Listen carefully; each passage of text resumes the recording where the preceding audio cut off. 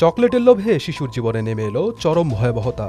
গাজীপুরের কালিয়াকৈরে ১১ বছরের এক শিশুকে ধর্ষণের অভিযোগ উঠেছে ৫০ বছরেরও বেশি মুদি দোকানদারের বিরুদ্ধে। পরিবারের দাবি, গত ১১ জুলাই খাবার কিনতে দোকানে গিয়েছিল শিশুটি। চকলেট দেওয়ার কথা বলে তাকে দোকানের পিছনে নিয়ে যাওয়া হয়। সেখানেই শিশুটির সঙ্গে ধর্ষণের ঘটনা ঘটে বলে অভিযোগ উঠেছে। ঘটনার কথা কাউকে না বলতে শিশুটিকে ভয় দেখানো হয়েছিল বলেও দাবি করে স্বজনরা। পরে শারীরিক অসুস্থতা দেখা দিলে এক পর্যায়ে শিশুটির নানির কাছে বিষয়টি জানায়।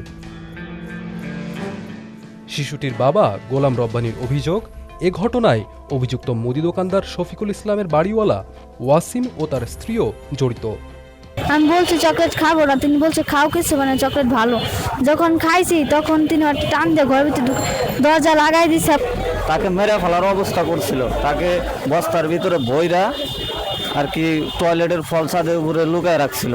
পরে যখনকার দুই একজন জানাজানি হয়েছে, ওই বাড়ির মালিক আছে ওয়াসিম, ও জানাজানি হয়েছে, তখনকার কি ভয়ে ওর চোখে মুখে পানি দিয়ে ওরে ঘর থেকে বের করে দিছে এবং কি ওরে বলছে যে তুই যদি এটা কাউকে বলিস তাহলে তোকে মারবো, তোর মা বাপকে মারবো, তোর নানিকে মারবো। শফিকুলের আগের ধর্ষণের ঘটনাগুলোতেও বাড়িওয়ালা ওয়াসিম সহযোগিতা করেছে বলে অভিযোগ করেছেন শিশুটির খালা।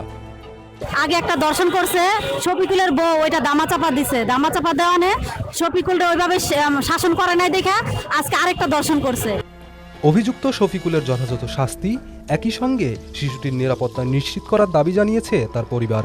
ইতোমধ্যে তার অভিযুক্তদের বিরুদ্ধে মামলা দায়ের করেছেন। তদন্তের মাধ্যমে প্রকৃত ঘটনা উদ্ঘাটন এবং জড়িতদের আইনের আয়তায় আনার দাবি জানিয়েছেন তারা।